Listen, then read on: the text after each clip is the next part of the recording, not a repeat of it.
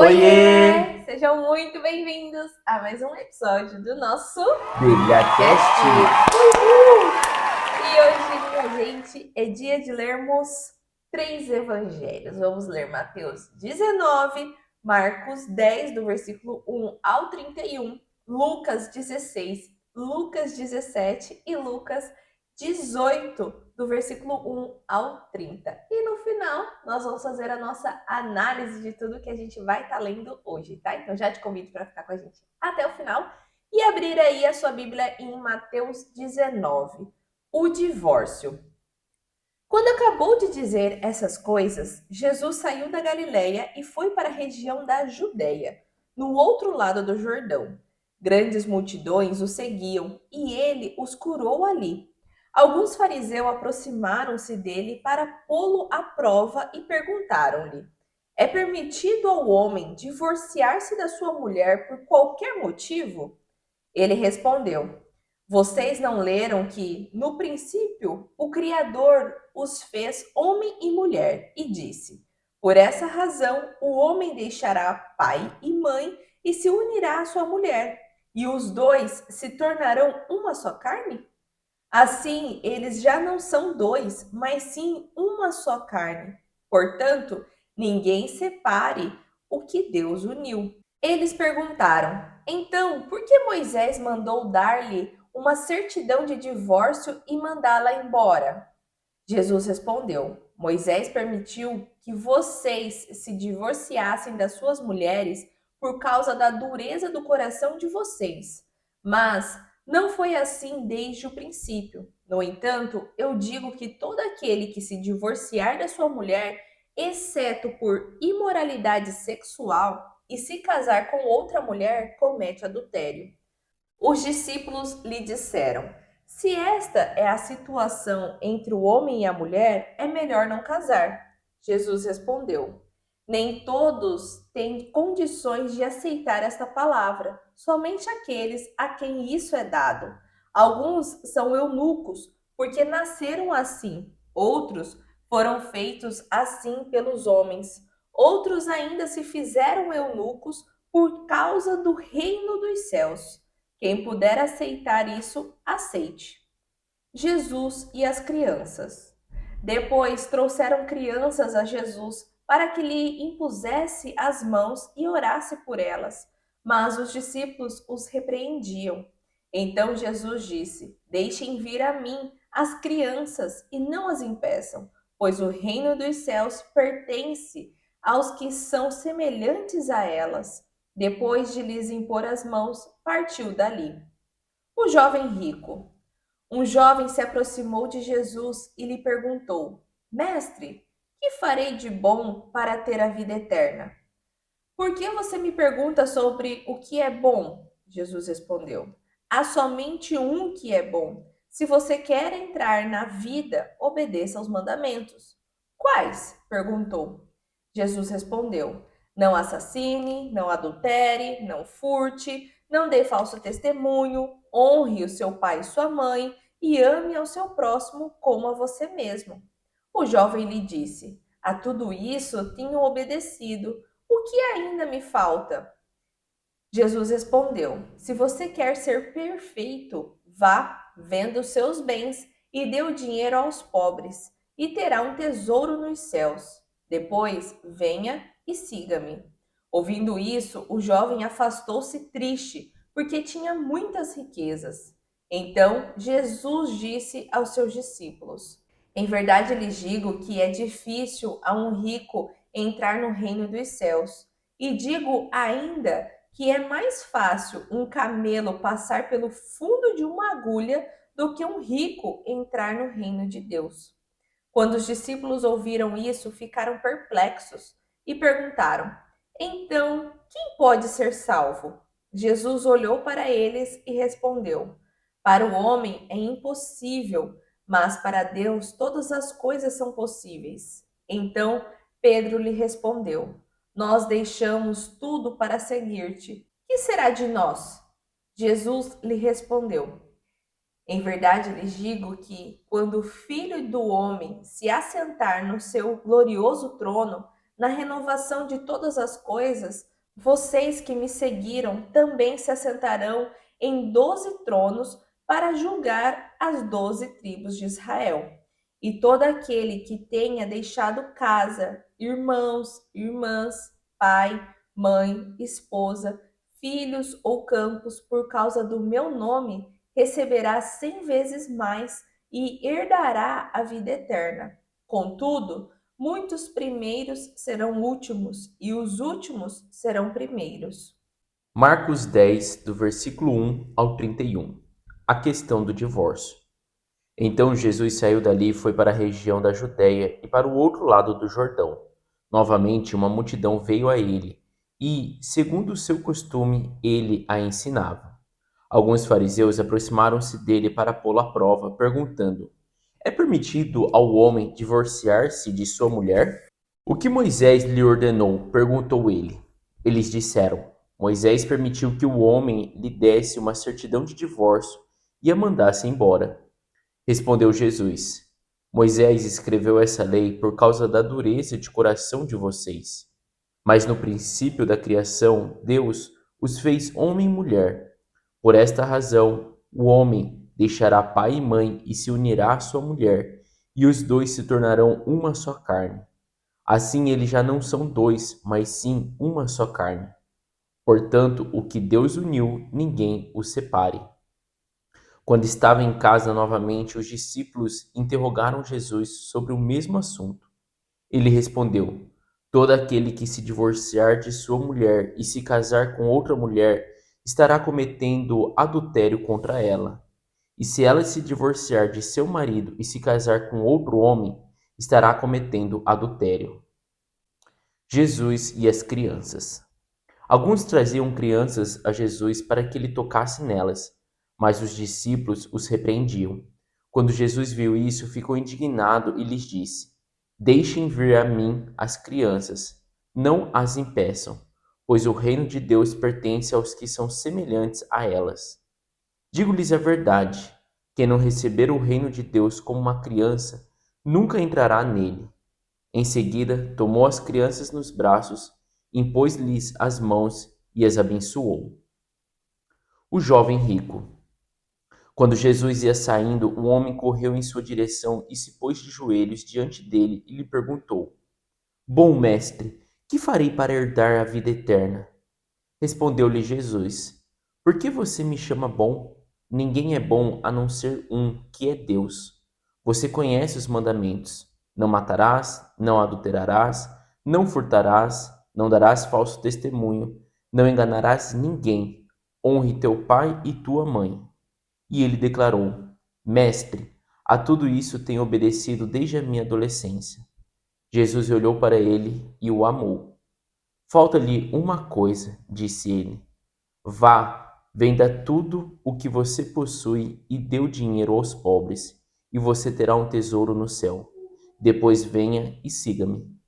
Diante disso, ele ficou abatido e afastou-se triste, porque tinha muitas riquezas. Jesus olhou ao redor e disse aos seus discípulos: Como é difícil aos ricos entrar no reino de Deus. Os discípulos ficaram admirados com essas palavras, mas Jesus repetiu: Filhos, como é difícil entrar no reino de Deus. É mais fácil passar um camelo pelo fundo de uma agulha do que um rico entrar no reino de Deus. Os discípulos ficaram perplexos e perguntavam uns aos outros: Neste caso, quem pode ser salvo? Jesus olhou para eles e respondeu: Para o homem é impossível, mas para Deus não.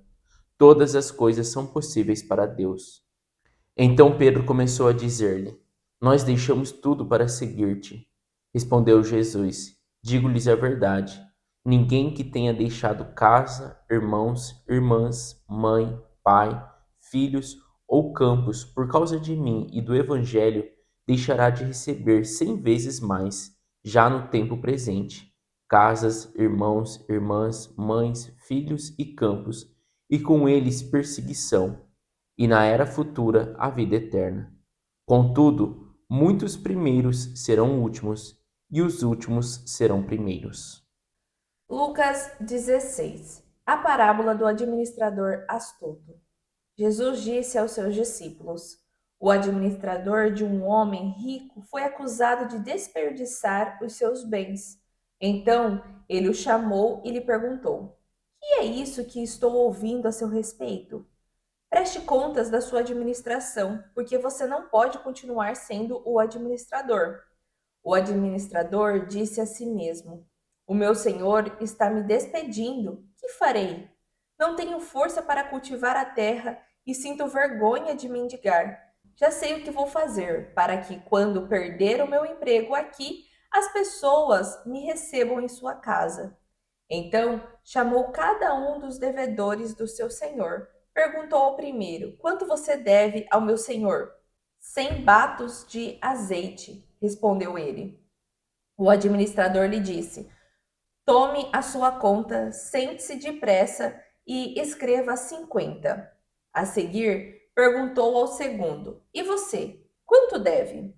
100 coros de trigo, respondeu. Ele lhe disse: Tome a sua conta e escreva 80. O Senhor elogiou o administrador desonesto porque agiu com astúcia, pois os filhos deste mundo são mais astutos no trato uns com os outros do que os filhos da luz. Por isso eu digo: usem a riqueza deste mundo ímpio para ganhar amigos, de forma que, quando ela acabar, estes os recebam nas moradas eternas. Quem é fiel no pouco também é fiel no muito, e quem é injusto no pouco também é injusto no muito.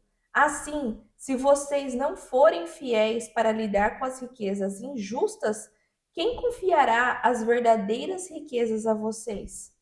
E se vocês não forem dignos de confiança em relação ao que é dos outros, quem lhes dará o que é de vocês?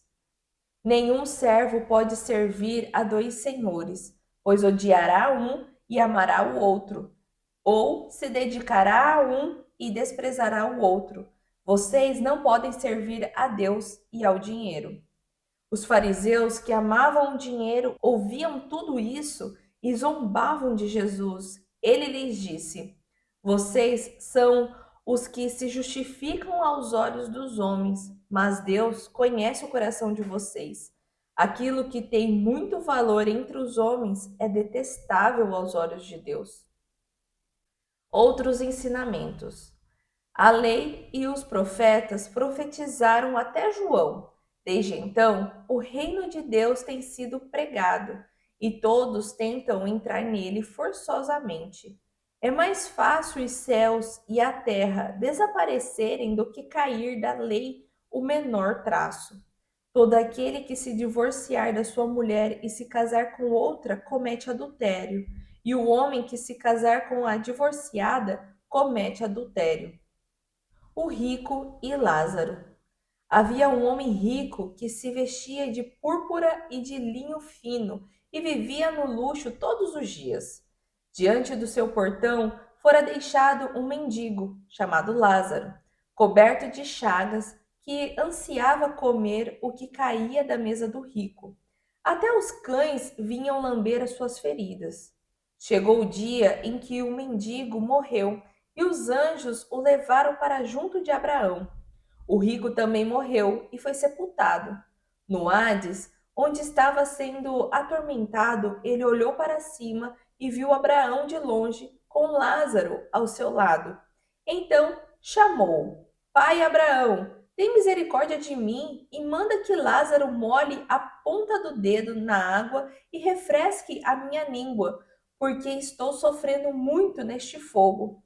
Abraão, porém, respondeu: Filho, lembre-se de que durante a sua vida você recebeu coisas boas e Lázaro coisas más. Agora, porém, ele é consolado e você é atormentado. Além disso, entre vocês e nós há um grande abismo, de forma que os que desejam passar do nosso lado para o seu, ou do seu para o nosso, não conseguem. Ele respondeu: Então eu te suplico, pai, manda Lázaro ir à casa do meu pai, pois tenho 5 irmãos. Deixa que ele os advirta, a fim de que não venham também para este lugar de tormento. Abraão respondeu: Eles têm Moisés e os profetas, que os ouçam.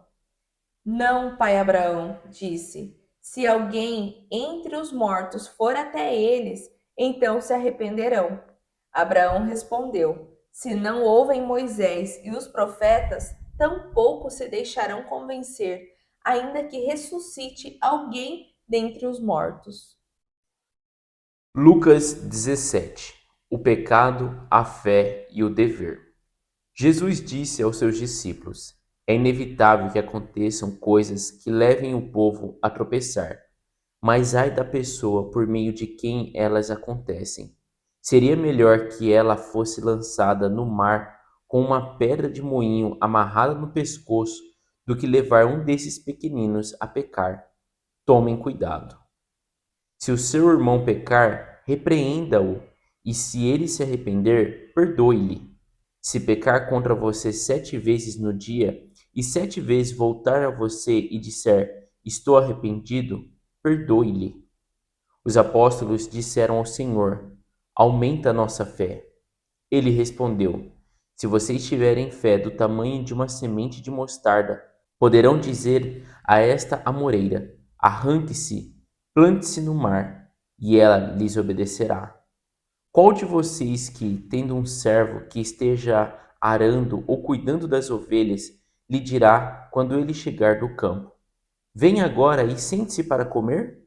Ao contrário, não dirá: Prepare o meu jantar, apronte-se e sirva-me enquanto como e bebo. Depois disso você pode comer e beber.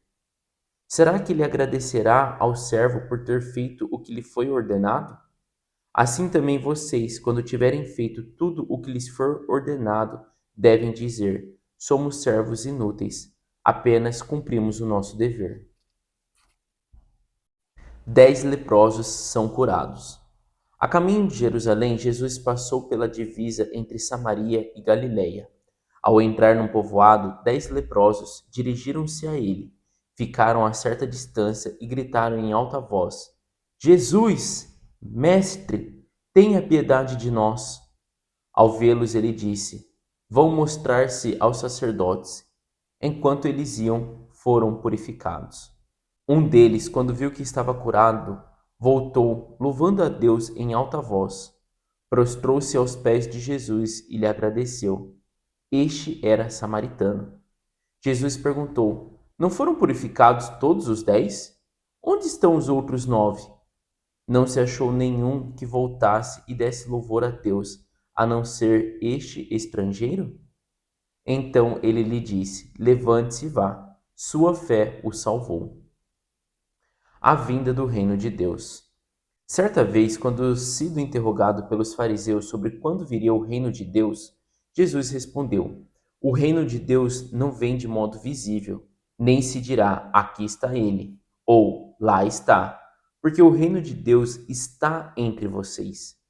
Depois disse aos seus discípulos: Chegará o tempo em que vocês desejarão ver um dos dias do Filho do Homem, mas não verão. Dirão a vocês: Lá está ele, ou aqui está.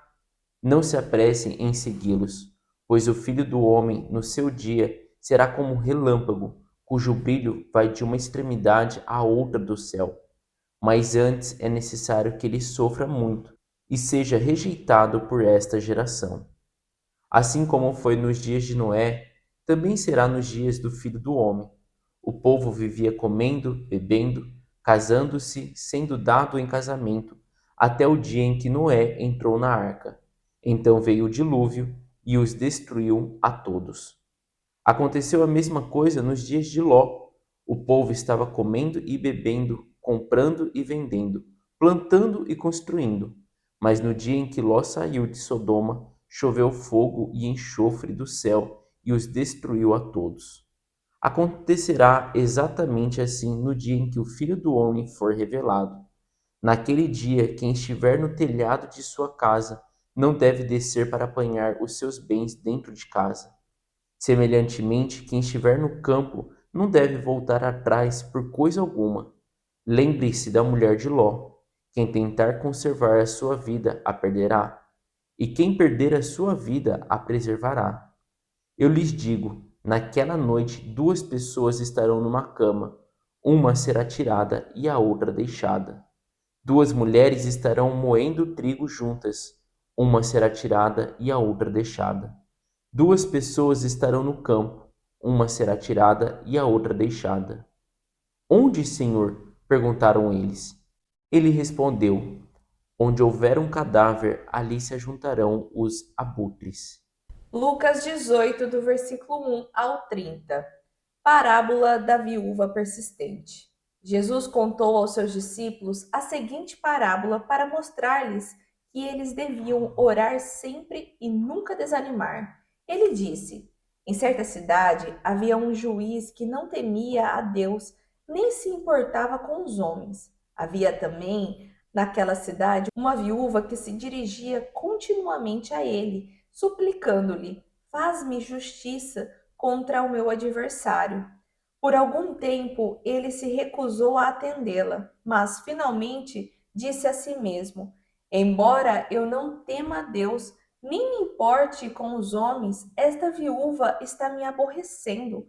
Vou fazer-lhe justiça, para que ela deixe de me importunar. O Senhor continuou: Prestem atenção no que diz o juiz injusto. Acaso Deus não fará justiça aos seus escolhidos que clamam a Ele dia e noite? Continuará fazendo-os esperar?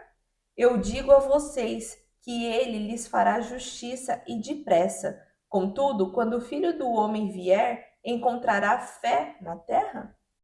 A parábola do fariseu e o publicano. Há alguns que confiavam na sua própria justiça e desprezavam os outros. Jesus contou esta parábola. Dois homens subiram ao templo para orar. Um era fariseu e o outro era publicano. O fariseu em pé orava no íntimo: Deus, eu te agradeço porque não sou como os outros homens, ladrões, injustos, adúlteros, nem mesmo como este publicano. Jejuo 2 vezes por semana e dou o dízimo de tudo quanto ganho. O publicano, porém, ficou à distância. Ele nem sequer ousava olhar para o céu, mas batendo no peito dizia: Deus, tem misericórdia de mim, que sou pecador. Eu digo que este homem, não o outro, foi para casa justificado diante de Deus. Pois todo aquele que se exalta será humilhado, e todo aquele que se humilha será exaltado. Jesus abençoa as crianças. Alguns também traziam crianças para que Jesus lhes impusesse as mãos. Ao verem isso, os discípulos os repreendiam. Jesus, porém, chamou a si as crianças e disse: Deixem vir a mim as crianças e não as impeçam, pois o reino de Deus pertence aos que são semelhantes a elas.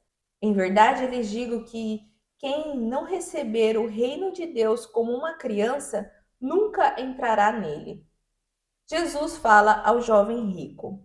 Certo homem importante lhe perguntou: Bom mestre, que farei para herdar a vida eterna? Por que você me chama bom? Jesus respondeu: Ninguém é bom exceto um, que é Deus. Você conhece os mandamentos: não adultere, não assassine, não furte, não dê falso testemunho, honre o seu pai e a sua mãe. A tudo isso tenho obedecido desde a adolescência, disse ele. Ao ouvir isso, Jesus lhe disse: Falta ainda uma coisa. Venda tudo o que possui e dê o dinheiro aos pobres, e você terá um tesouro nos céus. Depois, venha e siga-me. Ouvindo isso, ele ficou triste, porque era muito rico. Vendo-o entristecido, Jesus disse: Como é difícil aos ricos entrar no reino de Deus. De fato, é mais fácil um camelo passar pelo fundo de uma agulha do que um rico entrar no reino de Deus. Os que ouviram isso perguntaram: Então, quem pode ser salvo? Jesus respondeu: O que é impossível para o homem é possível para Deus. Pedro lhe disse: Nós deixamos tudo o que tínhamos para seguir-te. Jesus respondeu: Em verdade lhes digo que ninguém que tenha deixado casa, mulher, irmãos, pai ou filhos, por causa do reino de Deus, deixará de receber na presente era, muitas vezes mais, e na era futura, a vida eterna.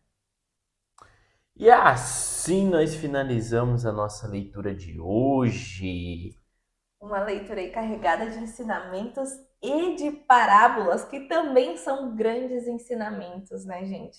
Exatamente. E terminamos, inclusive, ali lendo duas parábolas na qual a gente tratou delas no começo da leitura, né? Que nós lemos em Mateus 19 e em Marcos 10, do versículo 1 ao 31.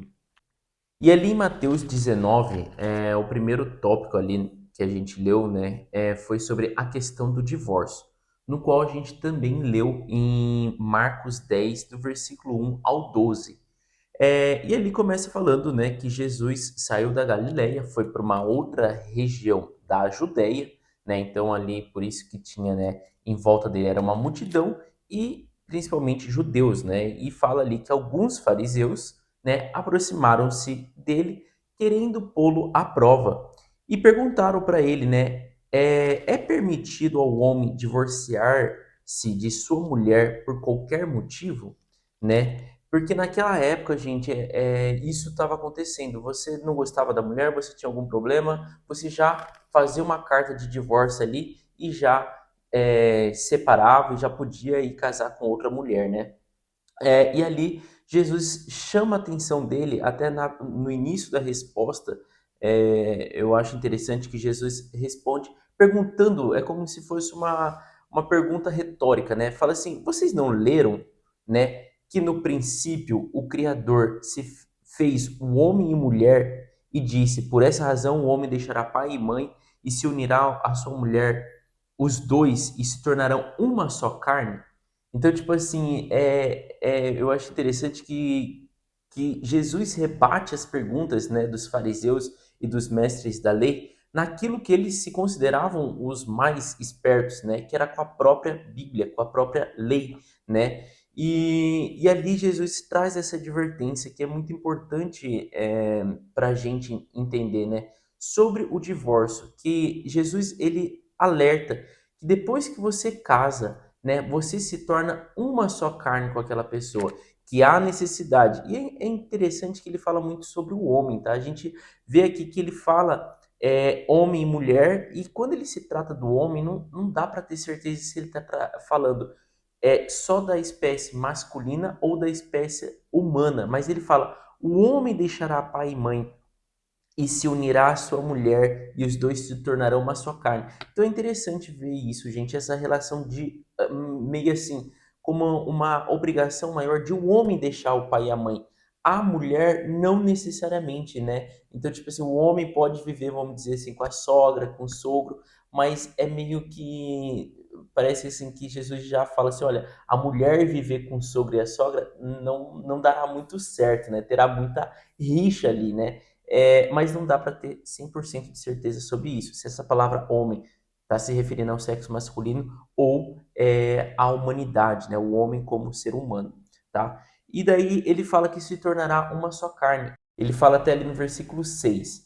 Assim, eles já não são dois, mas sim uma só carne. Portanto, o que Deus uniu, ninguém separe, né? Então, trazendo esse entendimento para nós, né? E para o povo daquela época também, porque hoje também nós podemos observar isso. Se tornou uma coisa meio banalizada, né? Ah, já não estou mais feliz com aquela pessoa, é o divórcio. E o casamento em si, a gente tem que entender muito bem sobre, né, felicidade, porque a gente acha que é assim, se você está feliz, rindo todo dia no casamento, tá maravilhoso, mas se algum dia você, ou em uma semana, você teve 3 conflitos ali com a pessoa na qual você casou, já é motivo de separação, né? Em nenhum momento, né, a gente tem que entender que o casamento foi feito, né, para trazer alegria para você diária. A felicidade, sim, ela deve ter. E a felicidade não é uma coisa diária ou uma coisa que você tem toda hora, todo momento com seu cônjuge, mas a felicidade é uma coisa uma visão mais ampla de um eterno, de você chegar com 80 anos e ver assim, nossa, estou feliz porque ainda estou com aquela pessoa que sempre cuidou de mim, que sempre foi minha companheira, independente das diversidades. sempre esteve aqui, né? Então, o casamento eu acho que sim, é para você ser feliz, mas saber entender muito bem o que é essa felicidade, né? E a gente nunca pode esquecer, né, gente? É dois mundos diferentes tentando viver dentro de uma casa, com costumes diferentes e tendo que se ajeitar. Então, isso que o Jason falou é crucial que nós entendamos, né? A partir do momento que casamos, a partir do momento que estamos vivendo junto com uma outra pessoa. Ninguém tem a obrigação de te fazer feliz, você tem a obrigação de ser feliz. Isso muda totalmente o entendimento e o relacionamento dentro de uma casa, né? Até algo que a gente começou a conversar logo no início da nossa junção, né? A gente espera muito do outro, só que você coloca uma expectativa na outra pessoa a qual ela nunca lhe deu e a qual ela nunca falou de que, olha, eu vou fazer isso por você. E a gente se frustra. E essa frustração é que gera a infelicidade. Então, logo, a infelicidade de você não estar feliz naquele dia não é culpa do teu parceiro, é culpa tua mesmo de ter criado alguma expectativa de alguma coisa. Então, casamento, né? Tanto é que fala, casamento foi feito para adultos, né? Você precisa ser adulto ali e entender como é o relacionamento dentro da tua casa e não ser uma criança querendo que o outro seja teu pai ou tua mãe, né? Para te fazer feliz, para te agradar no que você precisa. Então é muito necessário esse entendimento para que o seu casamento se perpetue, né? E quando a gente olha, né? Casamentos de antigamente, olha, o casamento de vô e vó dura aí 50 anos, bodas de ouro, bodas de não sei o que eles falam aí. E você fala assim, nossa, como que conseguem viver todo esse tempo, né? Hoje em dia um casamento dura 10 anos, hoje em dia as pessoas ficarem juntas é muito difícil. É difícil porque hoje se tornou muito fútil. É muito mais fácil você olhar para o outro e falar, chega, toma aqui o divórcio, porque estamos vivendo como se fosse lá no Antigo Testamento, né, de ser fácil dar o divórcio, e aqui Jesus está advertindo, né, que não tenhamos esse consentimento na cabeça de que a solução tenha que ser o divórcio. E aí a gente vai voltar a viver como nossos avós, de ter relacionamentos duradouros de verdade, porque você vai prezar para o teu futuro do que para o teu momento presente. Exato. E ali, né, logo depois de Jesus falar isso, os próprios fariseus rebatem novamente Jesus usando as escrituras, né? Que ele fala ali, mas Moisés mandou dar uma certidão, né, de divórcio à mulher e mandá-la embora. E isso de fato aconteceu, gente. Moisés, ele tinha casado com uma mulher, né, que não era do povo dele, e essa mulher, isso tá lá no comecinho ali, Em Êxodo, não em é, Êxodo, né? né? E que daí ele fala, né, que aquela mulher até não acompanhava muito bem ele, mas foi uma mulher que apoiou muito, inclusive Moisés ali no êxodo do povo ali de Israel, né? E depois ele separa dessa mulher. E daí os fariseus falam, né? Mas Moisés fez isso e Moisés permitia esse divórcio. E Jesus fala, né? Tipo, responde, e fala, olha, de fato, sim, isso é verdade. Moisés permitiu, né, que fosse divorciado, mas isso ele permitiu por causa da dureza, é isso que ele fala, né, por causa da dureza do coração de vocês. Isso é muito interessante porque você vê que Jesus não anula o que Moisés fez e o que permitiu, né? Porque o tempo inteiro nós vamos ver aí Moisés sendo uma pessoa que foi muito usada por Deus, né? Então ele não anula aquilo falando assim, ah não, Moisés agiu errado, mas ele justifica falando que aquilo foi necessário para entender, né, para que pudesse lidar com a dureza do coração das pessoas naquela era. E que isso estava acontecendo, né, naquele momento também ali na época de Jesus. Mas ele responde falando: "Mas não é assim desde o princípio", né? Se você quer, vamos dizer assim, usar essa parte da lei, né, que Moisés colocou, seguir ela, tá bom, né? Vamos dizer assim, se divorcie, mas saiba, né? Eu estou deixando claro que não foi esse, né, o intuito de Deus desde o princípio da humanidade, porque é feito, né? O casamento é feito para ser uma vez só, para se juntar em uma só carne. E ainda ele continua, né? Falando ali. exceto, né, você pode, vamos dizer assim, divorciar, tem ali, até Jesus permite isso, que é exceto no caso da imoralidade sexual, né? Então ele fala assim, se houver alguma coisa ali de uma imoralidade sexual, aí, né, tudo bem, vamos dizer assim, que é permitido você se divorciar. Mas, né, ele fala assim, se não houver a imoralidade sexual, qualquer um que casar com uma mulher divorciada estará cometendo adultério. Então, tipo assim, até você que sempre foi solteiro ali, vamos dizer assim, na sua vida sempre foi solteiro, nunca foi casado, beleza.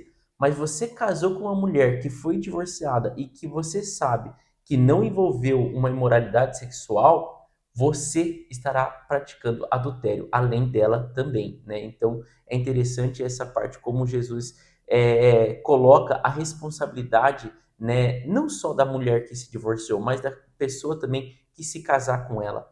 E depois ali no versículo 10 ainda fala, né, que os discípulos falaram assim, mas se esta é a situação entre o homem e sua mulher, é melhor não se casar. Então assim, dá a entender que os discípulos estão falando sobre essa parte de tipo assim, da imoralidade sexual. Se tiver, se for para ter, né, imoralidade sexual no casamento, é melhor então nem se casar. Outra visão, né, dá a entender também que os discípulos estão falando assim, ah, mas se não puder separar, É então muito complicado, né? já que se eu casar uma vez, né, e eu não posso mais separar, nunca mais, é melhor então não casar, né? Então pode ter essas duas vertentes da fala dos discípulos, né? E Jesus ali fala, olha, de fato, né, se vocês não forem casar, até que se é uma boa, né, é uma boa ideia. No entanto, nem todos nasceram para isso, né? Nem todos nasceram, é quando ele usa essa palavra ali, eunuco, né? Então, até ali no versículo 12, ele fala: alguns são eunucos porque nasceram assim. E eunucos, gente, eram pessoas que tinham ali. Era como se fossem castrados de nascença, né? Não produziam Não tinha espermatozoide. testículos, né? Então não produziam espermatozoide, ou enfim, a mulher também não produzia óvulo, enfim, por isso que usa essa palavra eunucos. Mas ele fala: alguns nasceram já assim, e se não forem casar, tudo bem. Mas outros, para tomarem essa decisão, é uma coisa complicada. Nem todos recebem, né? Podem estar abertos. Isso não foi dado a todos. Então, tipo assim, é interessante a gente ver isso. Não é que Jesus também estava falando, ah, não, se todos devem ser, né, não casar, ser separados para o reino, né? Mas até ele fala ali, outros ainda se fizeram eunucos por causa do reino dos céus. Quem puder aceitar isso, aceite. Então, tipo assim, não é como uma ordenança, né? De tipo, todos têm que ser eunucos para o reino de Deus. Mas aqueles que quiserem aceitar isso, maravilha, não tem problema nenhum também. É isso, a gente vai ver até com Saulo, que se chamou depois Paulo, né? Que ele decidiu não se casar, não ter uma pessoa ao lado dele por conta do reino dos céus, né? Ele achava que o reino já estava chegando, que ele não podia ter perda de tempo em cuidar da casa dele ao trabalhar para o reino. Então, assim, tem esses exemplos também na Bíblia de pessoas que optaram por ser eunucos. E outra coisa, né, importante da gente saber que o fato de você constituir uma família, de você ter filhos, né, isso também é uma coisa que agrada o coração de Deus, honra o nome de Deus, glorifica ele também. Então, tipo assim, a gente vai ver também passagens falando sobre isso. De você ter sua família, de você cuidar da sua esposa, de você cuidar do seu lar, de você ter filhos, conduzir eles no caminho correto. Então, assim, ambos os caminhos, né? Não existe um mais certo do que Ou outro, qual é qual melhor? é melhor, mas ambos, né? Jesus está deixando claro aqui que ambos vão agradar, né? Quem é aquele que puder aceitar, aquele que quiser aceitar, né? Ser um separado ali, maravilha. Aquele que não puder falar assim, nossa, não tem condições, tá tudo bem também. Desde que, né, case-se e seja um casamento indissolúvel, né, que não tenha separação, que é esse o desejo que o Senhor tem. Então, cada um tem seus prós e contra. Exatamente. E depois ali a gente leu sobre Jesus e as crianças, que é um tópico bem curtinho, né? Que a gente também leu em Marcos 10, do versículo 13 ao 16, e lemos também em Lucas 18, do versículo 15 ao 17, que fala ali que trouxeram para Jesus várias crianças, né? pedindo que ele impusesse as mãos e orasse por eles. Mas os discípulos os repreendiam. É como se os discípulos falassem assim: gente, são crianças, vocês só querem que Jesus ore por eles. Tipo assim, espera um pouquinho, vamos segurar essas crianças aqui, porque tem coisas mais Gente sérias, doente né? tem, né? Exatamente. É como, ó, tem coisas mais importantes, vamos dar uma segurada aqui, né? E fala que Jesus vem daquilo, fala, né, para os discípulos: deixem vir a mim as crianças, né? E não os impeçam, pois o reino dos céus pertence aos que são semelhantes a elas, né? Então, tipo assim, aqui Jesus está fazendo uma reflexão, né? Falando ali para as pessoas que o reino dos céus é como pessoas, né? Que tenha esse coração, eu acho que assim, um coração quebrantado, né? Como de criança, de tipo assim, olha, eu quero chegar ali perto de Jesus, eu quero que ele ore por mim. É aquele tipo, aquela visão realmente de tipo assim, ver Jesus como tipo um super-herói, sabe? Tipo isso, de tipo assim, olha, nossa, eu preciso chegar perto dele. Essas crianças não tinham problemas, não tinham assim problemas, vamos dizer assim, de doença, cegueira, alguma coisa assim, mas eles só queriam chegar perto de Jesus para que Jesus orasse por eles, né? Então é interessante a gente ver isso.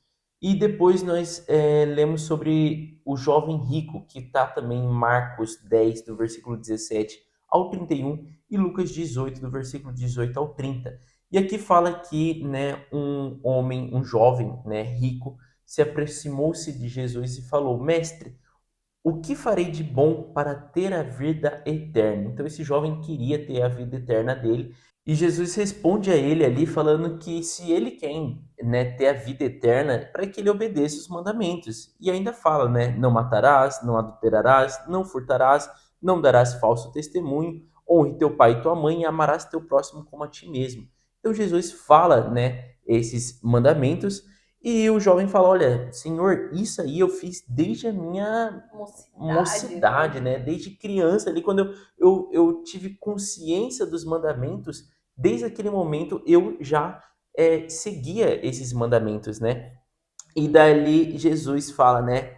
Se você quer ser perfeito, e uma palavra que me chama a atenção foi em Marcos, né, na leitura de Marcos 10, fala que Jesus olhou para aquele jovem e o amou, né? Eu acho essa passagem, assim, essa fala muito bacana, porque era como realmente Jesus olhasse e, tipo assim, teve compaixão dele e falou: olha, tá bom, se você quer realmente, né, ser aí perfeito, eu até uso essa palavra aqui em Mateus, né?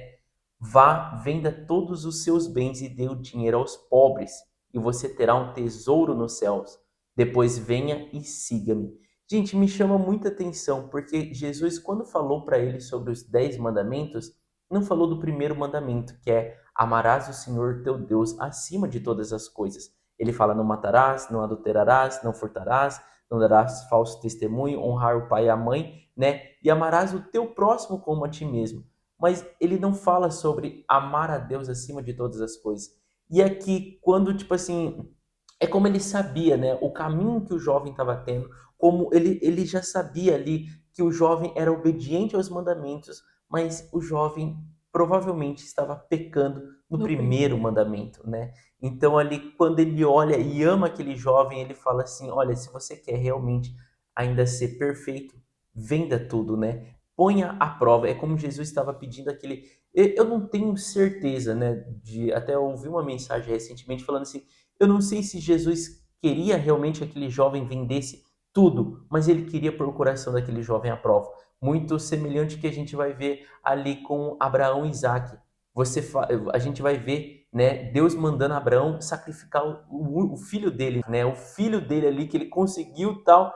E daí quando Abraão tira a faca para, né, poder realmente fazer o sacrifício, Deus fala: para, né? Então aqui eu não posso, né? Até a gente não pode ter certeza, mas uma certeza nós temos, que Jesus queria provar do coração dele, realmente ver se ele era capaz de vender todas as coisas. Se aquele jovem ia falar assim: tá bom, senhor, vou lá fazer isso, né? Mas a gente vê aqui só que o rapaz, ouvindo aquilo, se afastou triste, né? Mostrando assim que ele falou assim: poxa vida, isso eu não vou conseguir fazer, né?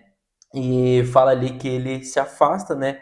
E porque ele tinha muitas riquezas. Então a gente consegue compreender, né, que foi aquela palavra foi difícil para aquele jovem, porque ele falou: olha, entre seguir o Senhor, né, e ter que vender tudo aquilo que eu tenho, não vai dar não, né? Eu não vou conseguir fazer isso. E daí quando Jesus olha para os seus discípulos e fala, dificilmente é um rico entrar no reino dos céus. E essa parte também é muito interessante, porque daí Jesus continua falando, né? É mais fácil passar um camelo pelo fundo de uma agulha do que um rico entrar no reino de Deus. E essa parte é muito interessante também, porque tem pessoas que falam sobre várias coisas desse versículo. Inclusive fala que essa agulha não é uma agulha, né, de uma Agulha de costura. é uma agulha de costura, mas fala que é uma agulha famosa que existe em Jerusalém, que era uma porta bem estreita que tinha em Jerusalém, que era conhecida como agulha. E fala que ali para os camelos passarem por essa porta era uma coisa bem difícil, não era tão simples. No entanto, gente, os estudiosos também afirmam que essa agulha, essa porta, só veio a surgir 1000 anos depois da era de Jesus Cristo. Então é muito difícil, né, a gente entender que Jesus já estava falando dessa porta sem que ela nem existia e que as pessoas ali também não sabiam dessa agulha. Então, outros falam que a agulha era conhecida como uma passagem entre montanhas, que também era uma passagem difícil. Então, assim, não podemos ter certeza disso, mas, assim, Jesus está falando de fato, uma coisa que a gente pode ter a ciência é que era muito difícil de um rico entrar no reino dos céus, porque era muito difícil do rico quebrantar o coração dele, colocando Deus acima de sua riqueza, colocar que seguir o propósito, né, da vida dele ali, do propósito que Jesus tem para a vida dele é maior do que guardar a sua riqueza. Então nisso Jesus deixa claro para nós, né? Mas me chama a atenção, né, que os discípulos falam para ele, neste caso, quem pode ser salvo? Isso no versículo 25 aqui em Mateus. No versículo 26, Jesus responde: para o homem é impossível, mas para Deus todas as coisas são possíveis. Então, assim, Jesus responde falando assim: olha, para o rico ser salvo é uma coisa impossível. Mas, na verdade, quando ele responde aos discípulos dele, ele está falando: para o homem ser salvo é impossível. Ele não consegue ser salvo de nenhuma forma, né? Daí ele fala: mas para Deus todas as coisas são possíveis. Então, assim, é como eu vejo assim que Jesus está colocando assim: olha, para o rico existe uma dificuldade que é quase impossível, mas para qualquer homem também. Então ele não coloca assim que é como se Jesus deixasse claro: para o rico tudo é possível. Não é que existe uma dificuldade maior, existe talvez um quebrantamento necessário, mas esse quebrantamento talvez também era, vamos dizer, é o mesmo nível necessário para um fariseu que não era tão rico, mas que se achava o dono da lei, que se achava ali, né, a soberba dele era muito grande. Então assim, é, o nosso ego nos torna aí impossíveis, né, de sermos salvos, de desfrutarmos aí da salvação. Mas para Deus tudo é possível. E aqui não é só a questão da riqueza em si, gente, sobre o dinheiro dessa pessoa, mas sim sobre o sentimento de ser autossuficiente. Então é isso que impossibilita o rico de entrar no reino.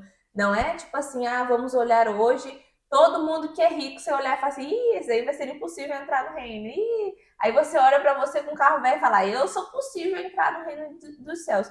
Não é sobre isso, não é sobre o peso da tua riqueza, mas o peso do teu coração de se achar autossuficiente.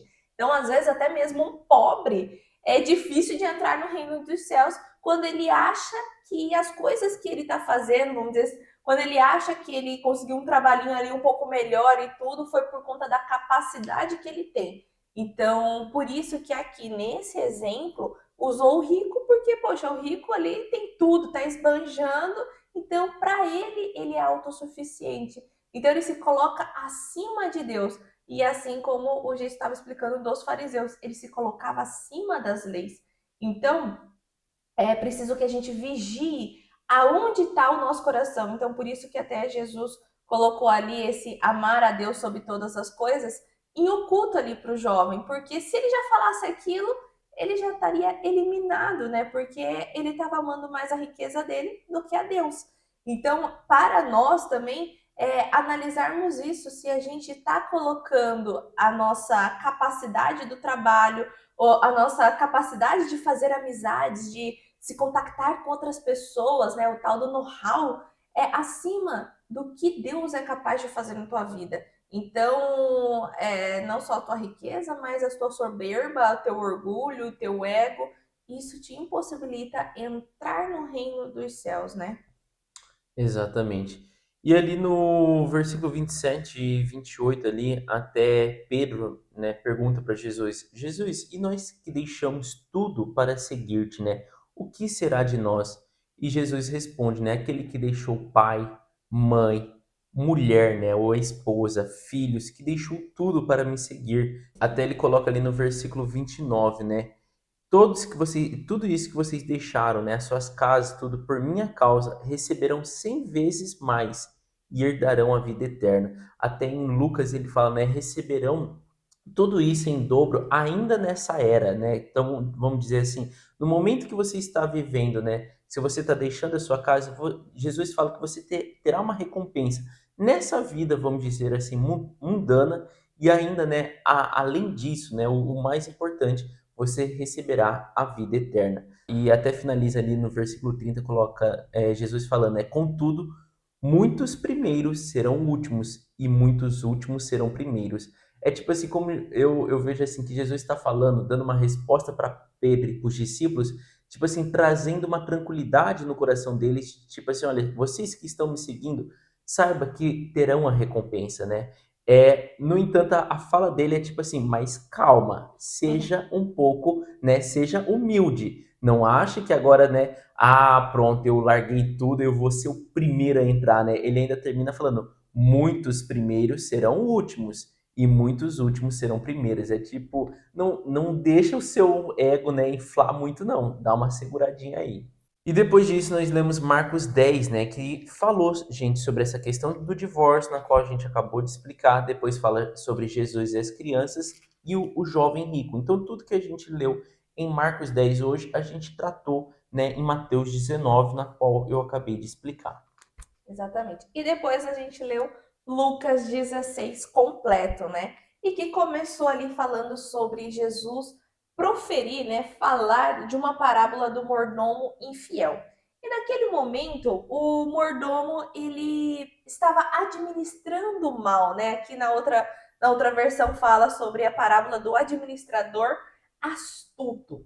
Então, ele estava administrando ali, mas não estava condizendo ali, né, com os pagamentos e tudo do seu senhor. E aí ele sabe que o senhor vai mandar ele embora. E quando ele sabe disso, ele fala consigo mesmo, né?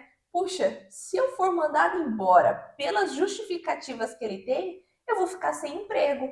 Então eu vou fazer o melhor aqui com todos os meus devedores, né, os devedores do meu senhor, para que, quando eu for mandado embora, eu tenha um lugar para ir.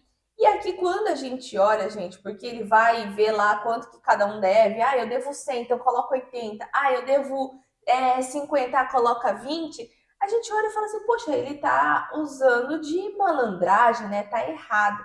Só que aqui não é sobre isso que Jesus está explicando, tá? Ele está explicando sobre você preferir a boa relação com as pessoas do que deixar o dinheiro acima de tudo, né? Porque no normal, né, seria assim, ó, você tá devendo 100, ó, paga 100, já vai pagar com juros.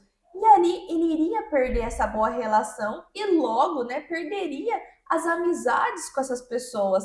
Então por isso que chama de astuto. Ele foi inteligente em tirar esse seu olho para o dinheiro e colocar o olho para as relações.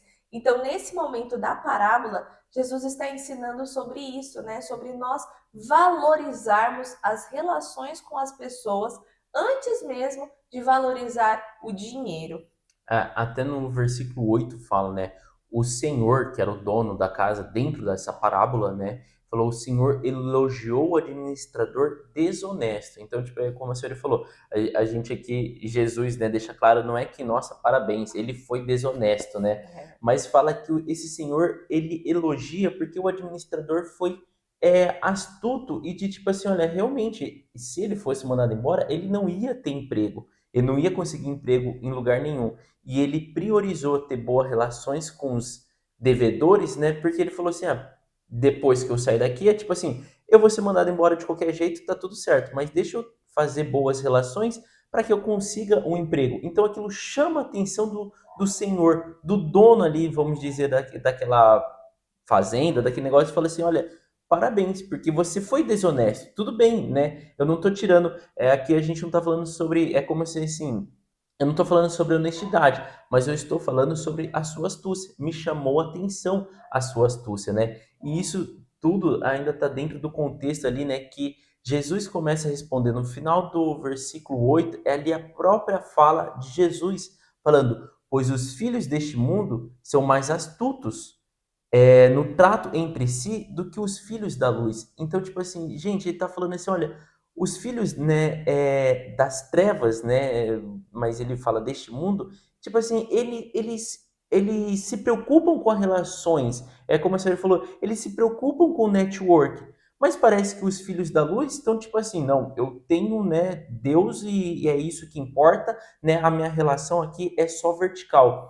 E o Jesus está chamando a atenção assim, também se preocupe com a relação horizontal, se preocupe com a relação com as pessoas ao seu redor. Não deixe, né? Não é tipo assim, vou priorizar uma ou outra. Não, priorize, né? Tenha a sua relação vertical com Deus, mas também tenha cuidado, né? Tipo assim, gaste um tempo olhando também as suas relações horizontais. E me chama a atenção que depois ali no versículo 10, 10, 11, 12, Jesus fala para os discípulos, depois de terminar essa parábola, aí sim ele fala sobre a honestidade. Então no começo ele está tratando, né, como a senhora falou, o contexto ali do começo dessa parábola é falando sobre a relação, né, com as pessoas. Mas daí do 10, 11, 12 ele já fala sobre você ser honesto. Que ele fala ali, né, quem é fiel no pouco também é fiel no muito, e quem é desonesto no pouco também é desonesto no muito. Então ele já começa agora a tratar sobre a índole, né, desse administrador. Não é como se Jesus estivesse passando um pano. A parábola foi utilizada para falar sobre relacionamento e depois ele vem, né, afirmando, mas sejam honestos, né? Tipo assim, o cenário perfeito é que vocês sejam astutos, né, que vocês busquem ter um bom relacionamento, inclusive com os devedores, mas também sejam honestos, né? Porque até me chama a atenção essa parte que ele fala no versículo 12. E se vocês não forem dignos de confiança em relação ao que é dos outros, quem lhes dará o que é de vocês? Então é tipo assim, se vocês não estão sendo honestos com as coisas do seu patrão, né? Imagina Deus dar coisas para vocês, porque vai falar assim, é Deus que nos dá, né? Então quem lhes dará o que é de vocês, né? Então me chama a atenção, é tipo assim, realmente é como se Deus estivesse observando se a gente tem capacidade de cuidar do que não é nosso para ver se ele pode nos dar, né? E se nós vamos ter capacidade de cuidar o que ele tem reservado para nós. Então, nessa parte aqui, ele já tá tratando da parte, né, de ser honesto. Exatamente. Tanto é que depois, no versículo 13, ele fala, né? Nenhum servo pode servir a dois senhores, né? Pois odiará um e amará mais o outro, ou se dedicará mais a um ou desprezará mais o outro, né? Então aqui está se referindo a Deus, né? Ou o Senhor é o seu, ou o Senhor ali, Deus, né? É o seu Senhor, ou o dinheiro é o seu Senhor. Então é preciso você colocar muito isso, né? Quem que tá tomando o lugar de Deus, né? Porque não tem como você servir duas coisas. Ou é mamon ou é Deus, né? E depois, né, gente, a gente vem para um outro tópico falando sobre outros ensinamentos, que vai ali do versículo 16 a 18, bem curtinho, só que é preciso a gente entender o que Jesus está querendo explicar, né? Ele fala ali: a lei e os profetas profetizaram até João, que é João Batista. Então, aqui a gente entende o quê? Que é uma linha divisória entre o Antigo Testamento e a Nova Aliança. Então, a Nova Aliança, ela começa com João Batista profetizando as boas novas, né? Pregando as boas novas, na verdade. Porque João Batista, lembra que ele veio para abrir o caminho para Jesus Cristo? Então, ele é a linha divisória do Antigo Testamento para o Novo Testamento. E aí Jesus ainda complementa. Desde então, o reino de Deus tem sido pregado e todos tentam entrar nele forçosamente. Só que é mais fácil os céus e a terra desaparecerem do que cair da lei o menor traço. Isso aqui quer dizer o quê? Da lei não se mudou nada. Tá tendo uma nova aliança, sim, tá tendo um novo direcionamento, só que a lei em si continua a mesma. Então não tá tendo um upgrade, assim, falar assim, nossa, do Antigo Testamento para o Novo Testamento, isso era assim, agora já é assado. Não é disso. Mas sim um entendimento melhor sobre o que Deus estava querendo colocar ali para nós, tá? Então, ele até depois complementa falando sobre todo aquele que se divorciar da sua mulher e se casar com outra está cometendo adultério. O homem que se casar com a divorciada está cometendo adultério. Então, seria assim, vamos entender melhor o que está escrito na lei? Eu não estou tirando traço nenhum, não estou tirando nada, mas é preciso que vocês entendam. Então, essa nova aliança seria o entendimento melhor Do do princípio, né? princípio, isso mesmo, de que foi a intenção de Deus ter criado isso, porque ele criou, né? Moisés escreveu, só que o povo interpretou errado. Então seria isso. E Jesus veio para mostrar a interpretação correta. É porque muitas vezes, né, nós temos essa tendência de pegar uma exceção e fazer dessa exceção uma lei, né? Então, tipo, Jesus está falando assim, olha, não é porque Moisés fez e depois permitiu o divórcio que agora, nossa, vamos todos divorciar. É como Jesus trouxesse o entendimento de isso foi uma exceção para o coração duro que as pessoas tinham. Mas se você não tem mais o coração duro, vamos dizer, por que você está então fazendo ali o divórcio? Então era tipo assim, tudo aquilo que a gente fala, mas desse jeito é mais fácil. Então eu vou fazer assim. Então isso, né, é uma falta de entendimento ali que Jesus estava trazendo, né, para o pessoal. E depois a gente vai para um tópico, né, chamado O Rico e Lázaro, numa versão, e o outro de Jesus falar sobre o homem rico e o mendigo, né? Então, aqui, quando a gente lê nesse rico e Lázaro, às vezes confunde com Lázaro lá da ressurreição, que Cristo ressuscitou. Então, não é esse Lázaro, tá, gente? Então, só para entender melhor. Aqui é uma história sobre um rico que se vestia finamente, né? Ele até começa ali falando um rico que se vestia de púrpura e de linho fino e vivia no luxo todos os dias. E na porta dele, né, diante do portão dele, foi deixado um mendigo chamado Lázaro. E esse mendigo, ele estava cheio de chagas, cheio de feridas. E ali o rico, né, ele comia tudo e deixava cair no chão. E quando caía, quando desperdiçava as coisas, né? Era que Lázaro comia. Só que Lázaro estava numa condição tão ruim que até os cachorros, né? Fala que até os cães lambiam a ferida dele. E aqui, né, chegou um dia em que esse mendigo ele morreu. E ali fala, né? E os anjos os levaram para junto de Abraão. E quando ele coloca isso, gente, isso entra em conflito, porque os fariseus consideravam, né, a riqueza uma prova de justiça de uma pessoa e aquilo, né? Eles já eram filhos ali de Abraão, então eles já estavam com dinheiro, né? Eles já estavam justos ali. Então, logo, eles iriam para o céu, né? Junto ali de Abraão, Moisés e tudo mais. E quando É como a riqueza, né? Na época, a riqueza era um símbolo de salvação, né? é, Eles tinham esse entendimento. e quando fala ali que o mendigo foi levado para junto de Abraão, aí ele fala assim, mas como assim, né? E logo depois, né, fala até que o rico, logo em seguida, também morre, e ele foi levado, né, foi sepultado e foi para o Hades. Então ele não foi para o céu. E ali, quando explica isso, né, é porque o rico, ele não foi levado para o céu não pela riqueza dele, tá, gente? Isso também, de novo, para deixar claro. Ele não foi levado por conta do egoísmo que ele tinha. O mendigo, né, Lázaro, estava à porta dele, com feridas, com chagas ali e com fome, mendigando. E ele vivia luxuosamente todos os dias.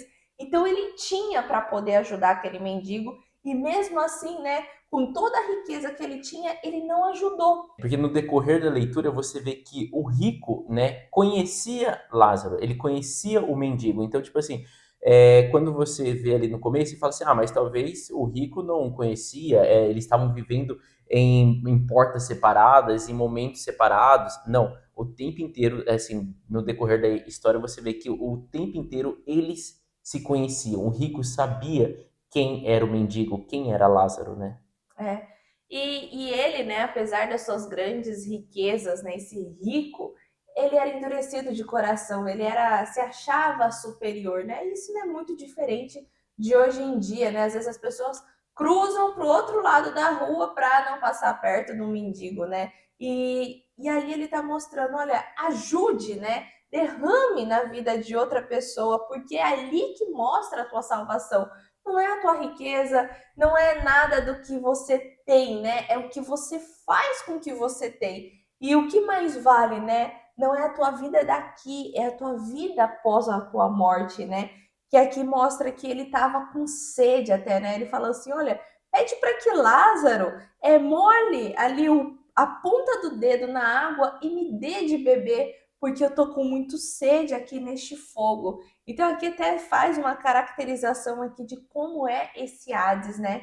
E Abraão mesmo fala, olha, mesmo que ele queira, existe um abismo entre eu e vocês, né? Entre o céu e o Hades. Nem que vocês aqui do Hades queira vir para o céu, não tem como, tem um abismo. E nem que aqui alguém do céu queira ir para o Hades para ajudar alguém, não tem como. Então, aqui é uma reflexão e o próprio rico ali, né? Ele toma consentimento disso e fala: olha, então pede lá para Lázaro ir perto dos meus 5 irmãos para que eles sejam salvos, né? E Que não venha, né? Que não precisam vir para cá também. Ele nesse fala isso, né? sofrimento, A né? fim de que eles não venham também para este lugar de tormento, né? É, e ali é legal, né, que ele fala essa súplica, né? Suplica o pai, manda Lázaro ir à casa do meu pai, pois tenho 5 irmãos, deixa que ele os advirta, a fim de que não venha também para este lugar. E Abraão responde, né? Eles têm Moisés e os profetas.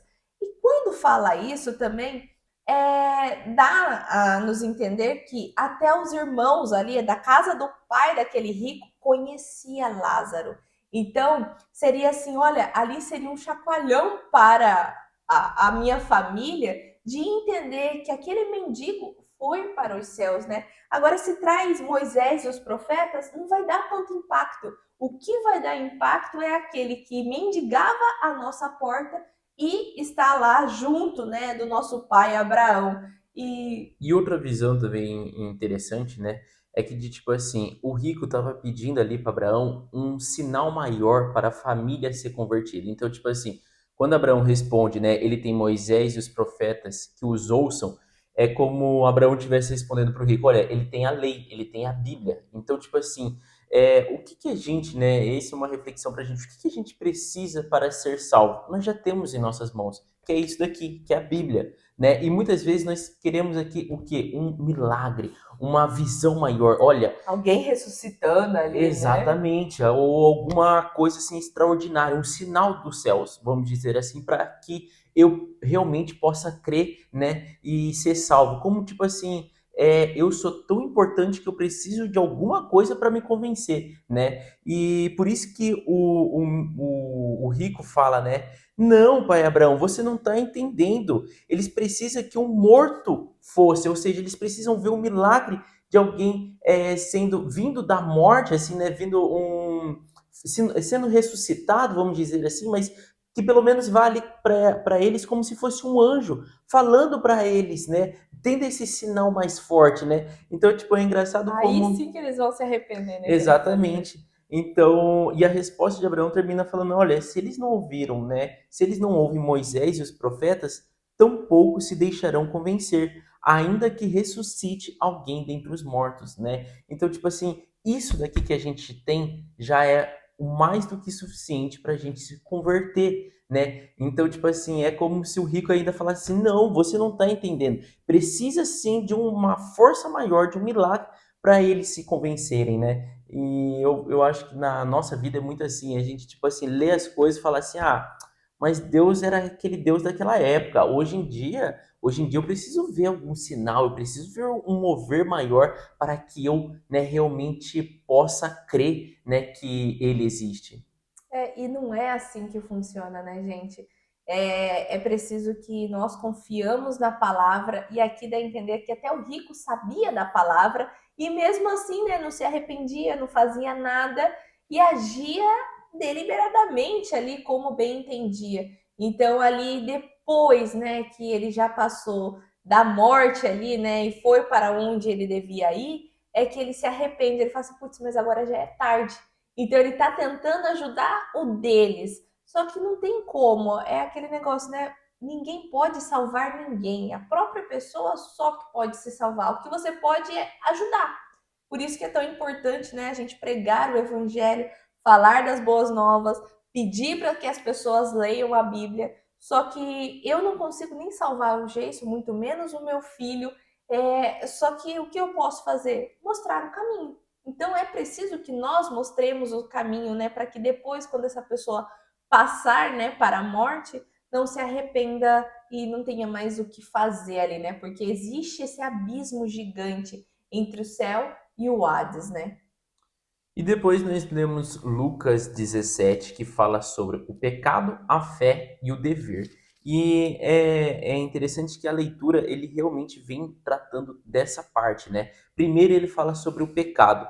Então ele fala, Jesus fala para os seus discípulos, é inevitável que aconteça coisas que levem o povo a tropeçar. Então é inevitável, gente, que algumas coisas vão fazer, né, com que as pessoas pequem. É isso que ele está falando. Esse tropeçar é pecar. Mas ele fala, ai da pessoa por meio de quem elas acontecem. Então, tipo assim, cuidado, né? Ele fala, é um exemplo assim, vamos supor que tem dois jovens, né? E um dos jovens fala, olha, vamos ali, né? Vamos ali fazer, sei lá, tal coisa errada. Ou tipo assim, tá um jovem que é solteiro, um jovem que é casado. Fala pro jovem que é casado, vamos ali pegar algumas prostitutas, tipo isso. Então ele tá falando assim, ai do jovem, né? Ai da pessoa que levar o outro a pecar.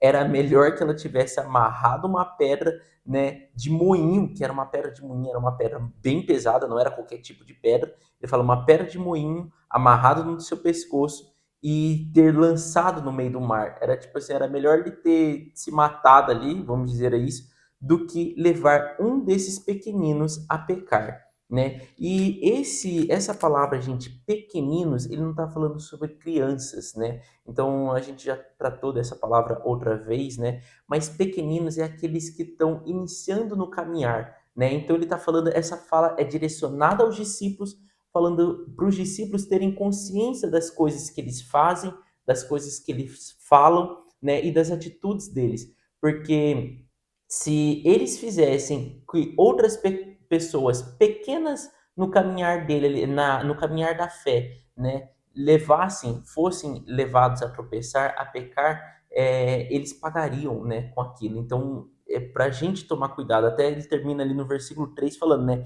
tomem cuidado, né, trazendo essa advertência para nós, né. E depois ele fala ali, sobre o seu irmão pecar e você perdoar ele. Então ele fala: se o seu irmão pecar 7 vezes no dia e te pedir 7 vezes perdão, né, perdoe ele. Então, tipo assim, me chama atenção essa parte, né, de falar sobre perdoar. Não que nós devemos perdoar, tipo assim, a pessoa fez alguma coisa errada, tipo assim, tudo bem, vou relevar, vou perdoar. Não, mas ele fala: se o seu irmão pecar e se ele te pedir perdão, então quando um irmão seu, né, e um irmão, eu falo não irmão de sangue, mas uma pessoa próxima sua, que a palavra irmão está vinculada a uma pessoa que é Cristã. cristã, né, ela pecar, você precisa também trazer a ciência daquele pecado, né? Isso a gente já leu também aqui nos evangelhos, né? Se você tiver algum conflito com o seu irmão, né, senta com ele, converse com ele, se não der certo, traga mais dois, enfim. Então, tipo assim, aqui ele está falando sobre um irmão pecar com você conversar com ele e se ele te pedir perdão, né, daquele, você sim deve perdoá-lo, né? Então ele fala sobre isso, e depois ali os apóstolos disseram ao Senhor: aumente a nossa fé. Então, o título, né, que fala, né, o pecado, a fé. Então, nesse tópico, a fé é os discípulos pedindo, né, aumente a nossa fé. E é uma coisa que para mim também é muito intrigante, né? Já teve um período da minha vida que eu orava muito pedindo, né, Senhor, aumente a minha fé, aumente a minha fé.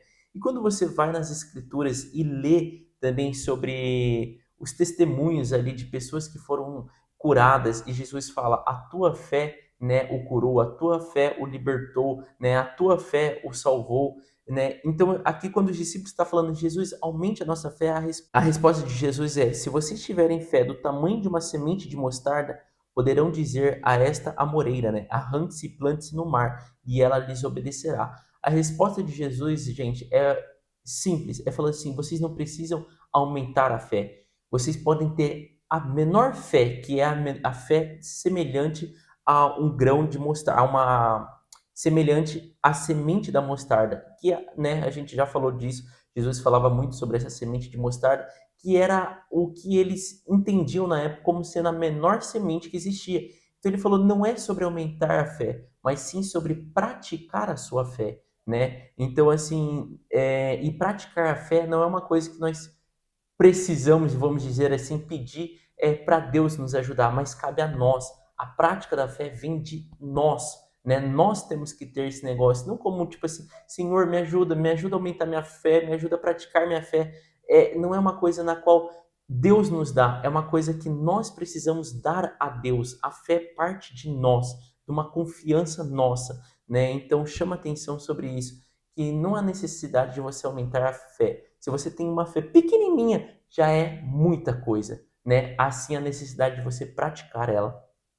E depois vem falando ali sobre o dever, né? Que o tópico é o pecado, a fé e o dever. E Jesus fala ali no versículo 7 em diante sobre esse dever, que ele falou assim: qual de vocês tendo um servo, e esse servo sai ali cedo, vai fazer o seu trabalho, arando e cuidando, né, das ovelhas, está fazendo tudo ali o que é o dever dele. E qual de vocês, né, tendo um servo fazendo isso, quando o servo volta, vai lá e prepara a mesa para o servo e fala: servo, né, vamos dizer assim, servo bom e fiel, aqui está a sua mesa, aqui está a sua recompensa, né? E Jesus fala isso de forma totalmente, fala de uma forma assim totalmente zombando, que não é isso que acontece. E assim também é no reino de Deus, né? Ele está falando assim: se um servo sai para fazer o seu dever, é o seu dever. Não é tipo assim, nossa, ele fez o seu dever, agora ele chega, né, e tem a sua recompensa, a mesa posta, tudo aquilo maravilhoso, como o servo foi lá e agora, né, fez ali um serviço, prestou um serviço para o seu servo. O servo só fez aquilo que era obrigação dele, né? Então ele está trazendo isso para nossa consciência, que muitas vezes a gente, né, vai lá, faz um, sei Faz a lá, obra de Deus ali, acha que já vai ter uma recompensa, né? exatamente, falando assim: olha, senhor, fiz aqui, né? Agora, por favor, venha aqui e me atenda. Atenda o pedido, faça, né, a troca aqui, como se fosse aquela relação Moeda. comercial, né? Tipo assim, olha, fiz isso, agora me dá isso, né? Então, Jesus está trazendo essa consciência de falando assim, o Não é servo assim que não é funciona, né? exatamente. E isso não é para, eu acho que nos entristecer ou falar, nossa, mas é realmente para trazer uma consciência. A boa obra é um dever nosso, não que nós devemos agora, né, buscar uma recompensa por fazer a boa obra.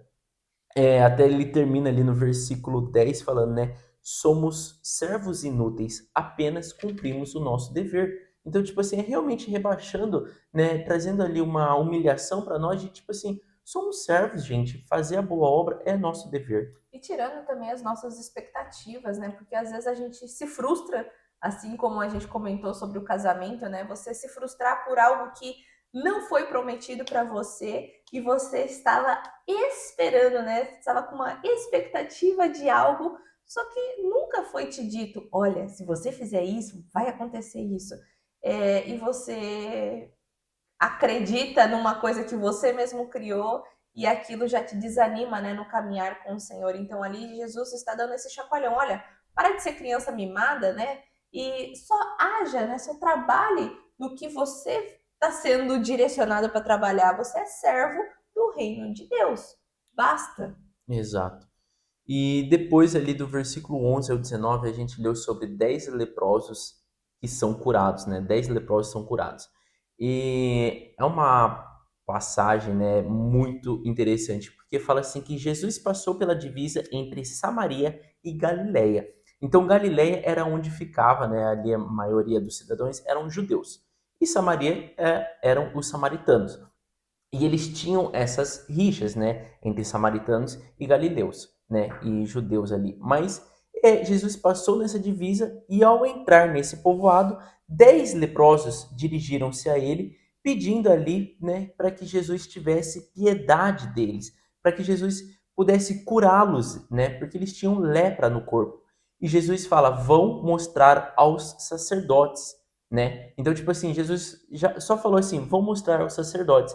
E no caminho, enquanto eles estavam indo, foram purificados. Fala ali, né, no versículo 14. Enquanto eles iam. Então não foi no momento, né, que Jesus falou que eles foram curados, mas enquanto eles iam. Isso, gente, é uma coisa interessante, porque isso mostra uma obediência, né? Um ato de fé. Porque você chega ali, né? Aquele muito assim, na igreja acontece muito isso. Fala assim, quem quiser, né, aceitar Jesus, vem até a frente. Esse fato de você mover, Imagina. agir, significa um mover em fé. Então, quando Jesus fala, né? Ele não fez a cura, mas ele falou, vá e mostra aos sacerdotes.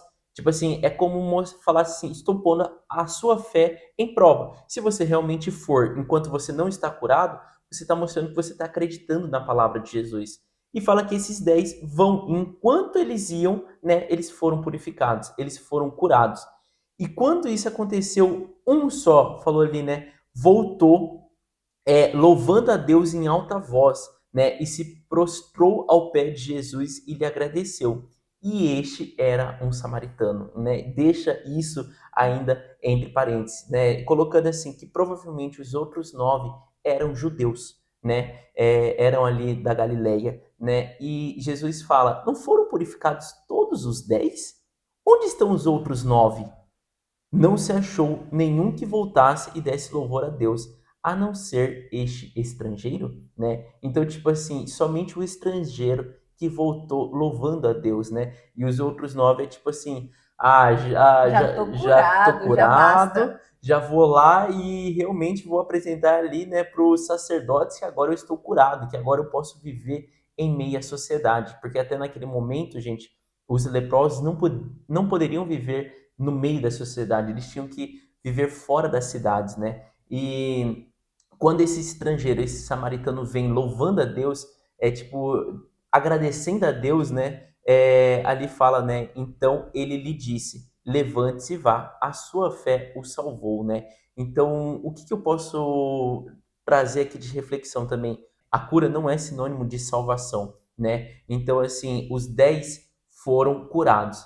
No entanto, aqui a gente pode ter certeza somente que um foi salvo, aquele que voltou para glorificar, né, Jesus por tudo aquilo que ele tinha feito. E depois nós lemos sobre a vinda do reino de Deus, que também, né, toda a Bíblia é super interessante, mas eu acho essa parte muito bacana, que o povo fala ali, os fariseus interrogam Jesus falando, quando viria o reino de Deus, né? E Jesus responde, né, o reino de Deus não vem de modo visível, gente, nem se dirá aqui está ele ou lá está, porque o reino de Deus está entre vocês. Outras versões fala porque o reino de Deus está dentro de vocês. Então, tipo assim, isso para mim é uma resposta, né, muito importante, né, muito valiosa para nós que o reino de Deus nós carregamos, gente, o reino de Deus. Onde você está, onde você for, um pedacinho do reino de Deus ali está com você. Então, tipo, muitas pessoas estão, né, buscando, esperando, né, a vinda do reino de Deus, esperando a volta de Jesus, sendo que nós temos que ter total consciência de que nós já somos essa resposta, nós já somos ali o resplandecer de Cristo na vida de outras pessoas, nós já carregamos esse pedaço, né, do reino de Deus, porque está escrito, ele já está entre vocês, aqueles que aceitam a Cristo, né, como Senhor e Salvador, que seguem ali tudo que Deus deixa para nós, que é guiado pelo Espírito Santo, já carrega, né, vamos dizer assim, um exemplar, mas já carrega um pedaço ali do reino de Deus na sociedade, né? E depois ele ainda fala ali no 22, depois disse aos seus discípulos, chegará o tempo em que vocês desejarão ver, né, um dos dias do Filho do Homem. Então, tipo assim, vai chegar o tempo, hoje vocês já estão vendo, né, como é viver com o Filho do Homem, mas chegará o tempo que vocês vão querer ver isso novamente, mas isso não acontecerá. Então, assim, foi perguntado os fariseus perguntaram, né, sobre o reino de Deus, Jesus responde, e agora ele está trazendo, né, uma advertência ali e até um ensinamento sobre a vinda dele, sobre a vinda de Jesus Cristo. Então ele continua falando assim: vocês vão querer ver isso, né? Onde está Jesus? Quando ele vai voltar? E novamente ele fala: alguns dirão, lá está ele, ou aqui está. E ele fala: não se apressem em segui-los, né? Tipo assim, não vá correndo, pois a volta do Filho do Homem não será tipo em um pedaço, vamos dizer assim. Ah, olha, apareceu Jesus lá em Jerusalém, né? Então, tipo assim, parece que Jesus voltou e está lá em Jerusalém. Não se apressem em ir, porque a volta dele não será assim, mas ele fala, né? A volta do Filho do Homem será como um relâmpago nos céus. Todos verão quando ele estiver voltando, né? E daí ele traz a advertência também, falando assim: será como nos dias de Noé e será também como nos dias de Ló, que ali, né, com Noé, o povo bebia, o povo comia, casando-se, sendo dado em casamento, até o dia em que Noé, né, entrou na arca, choveu, né, entrou na arca e veio o dilúvio e destruiu todos. Então, assim, ele está falando assim também será a volta, né? E depois ele fala de Ló também, né? Que o povo fazia a mesma coisa, bebendo, comprando, vendendo, plantando, construindo, tendo uma vida ali, vamos dizer assim, normal. Então isso chama atenção de tipo assim, a volta de Jesus, gente, não terá, assim, vamos dizer, sinais de tipo assim, meu Deus, né? Ah, vamos parar de comer, vamos parar de beber, vamos parar de vender, porque a volta tá próxima. Jesus deixa claro que as pessoas estarão vivendo normalmente, comendo, bebendo, tipo, se casando, vamos dizer assim, se alegrando, né? E de repente, da mesma forma que foi como Noé, da mesma forma que foi como Ló, de repente, né, ele voltará. E ele fala: quando ele voltar, as pessoas que ficaram fora da arca morreram, da mesma forma que aconteceu das pessoas que ficaram em Sodoma, né? Que Ló saiu com as filhas, né, com a esposa, e quem ficou morreu também. Então ele está falando assim será, né? E ele traz essa advertência, tipo assim, o que vocês deixarem na volta, né, de Cristo, o que vocês deixarem, deixaram para trás. Não se prenda com aquilo, tipo assim, ah, não, deixa eu voltar ali só para pegar os meus documentos. Tipo assim, voltou, gente, vai embora, seja feliz, né? Ele fala até, lembre-se da mulher de Ló. Ele fala no versículo 32, quem tentar conservar a sua vida, a perderá, e quem perder a sua vida, a preservará. Então não olhe para trás, né? E daí ele fala ali sobre duas pessoas estarão numa cama e uma será tirada e a outra deixada. Duas pessoas estarão moendo trigo, uma será deixada e outra tirada. Essa parte que dá a entender sobre o arrebatamento, que na volta, né, de Cristo haverá o arrebatamento. Mas aqui ele está trazendo a partir até desse texto que muitas pessoas entendem sobre o arrebatamento. E depois também Apocalipse vai tratar novamente sobre isso, mas ele fala sobre essa vinda de Cristo a ver o arrebatamento, né? E ali os discípulos falam, onde, Senhor? Perguntaram eles, né? Tipo assim, onde acontecerá, né, essas coisas? E ele fala, onde houver um cadáver, ali ajuntarão os abutres. Os abutres é como urubu, né, para nós assim, mas é que os abutres são mais bonitinhos, não é exatamente igual. Mas por isso que ele usa, né? Ele usa a palavra onde houver um cadáver, né? Porque os urubus é assim, onde tem um cadáver, você vai saber ali, né? E ele tá falando isso. Da mesma forma, onde tem um cadáver, cara, no campo, na fazenda, isso é muito fácil. Onde você vê urubu rodeando, você vai ter certeza que tem ali um animal morto, né? Então Jesus está falando isso. Em todos os lugares onde você vê, tipo assim, haverá sinais públicos de aonde isso aconteceu. Então, tipo, quando você até assiste o filme ali deixados para trás que tem, é tipo assim, gente, a notícia da volta de Cristo ali é representado no filme, todo mundo fica sabendo, porque tipo, vai acontecer muita coisa, vai No como mundo inteiro, no né? mundo inteiro. Então é isso que ele está falando sobre, da mesma forma, né, onde existe, vamos dizer, urubu em cima de um cadáver, assim vai acontecer. É, vai ser diferente a vinda dele como foi já, né? Não foi só em Jerusalém, não vai ser só em Jerusalém, Exato. ali na terra prometida dos israelitas, vai ser em todo o lugar. Isso é o que está dizendo aqui na Bíblia, né? E depois lemos por último o capítulo 18, falando ali o primeiro tópico sobre Jesus proferir uma parábola sobre a viúva persistente, né? E aqui, gente, ele já começa falando, né? Que ele contou a seguinte parábola para mostrar às pessoas que elas deveriam sempre estar orando e nunca desanimando. E aqui ele começa depois falando sobre ter um juiz, e esse juiz ele não temia Deus, né?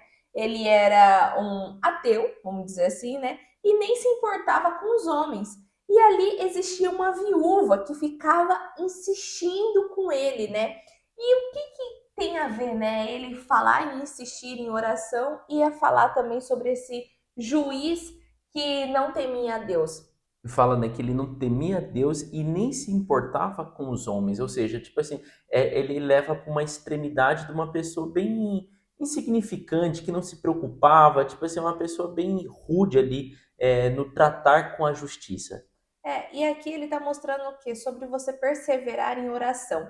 Se até aquela viúva que estava insistindo ali com aquele juiz, que não temia Deus e nem se importava com o homem, um dia ele pegou e falou assim: Olha, eu vou fazer o que essa viúva está falando aqui, porque olha, ela não para de me importunar. E ele vai e age com aquela viúva. E aqui Jesus está falando: olha, se até esse homem que não se importava e nem temia Deus atendeu ao pedido da viúva, quem dirá vocês se persistirem em oração, né? Então aqui está mostrando muito sobre essa fé das pessoas, né?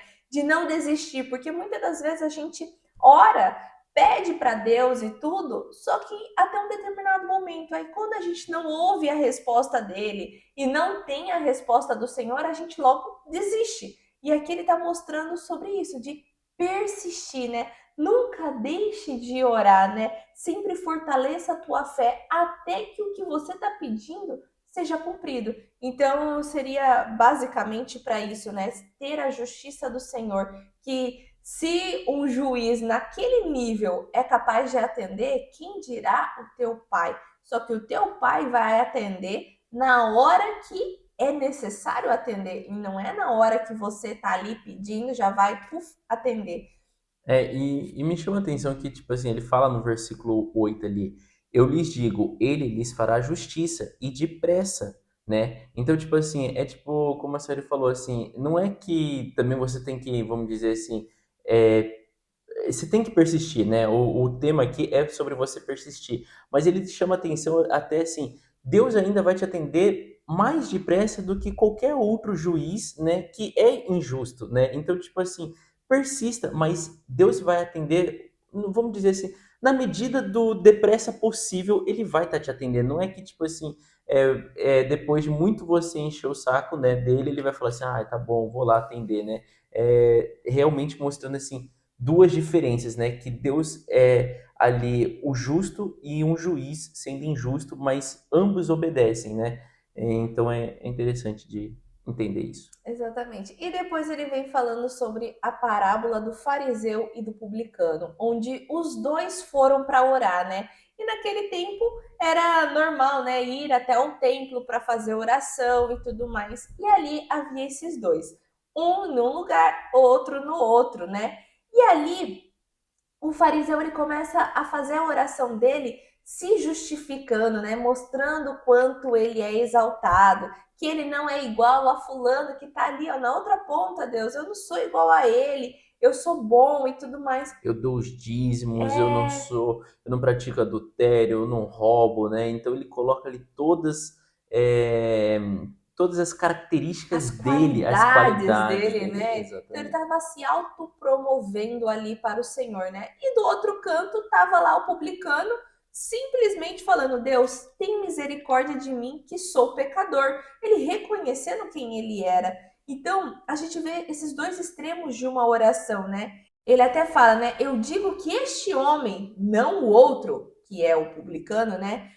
Foi para casa justificado diante de Deus, pois todo aquele que se exalta será humilhado, e todo aquele que se humilha será exaltado. E o que quer dizer isso, né? Você não precisa ficar se vangloriando. O que o Senhor quer de você, que você seja humilde e apresente quem você verdadeiramente é, né? A gente nunca pode esquecer, o Senhor sabe de todas as coisas, gente.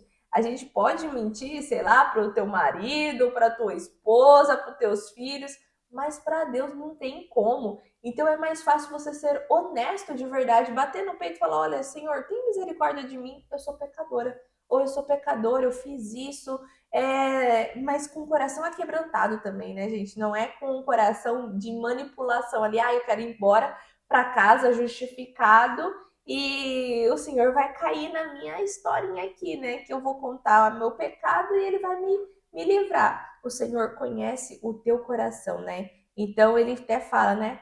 Todo mundo que for humilhado, né, vai ser exaltado. Então não fica querendo ser exaltado antes do tempo, né? Então se coloque no seu lugar. É basicamente isso.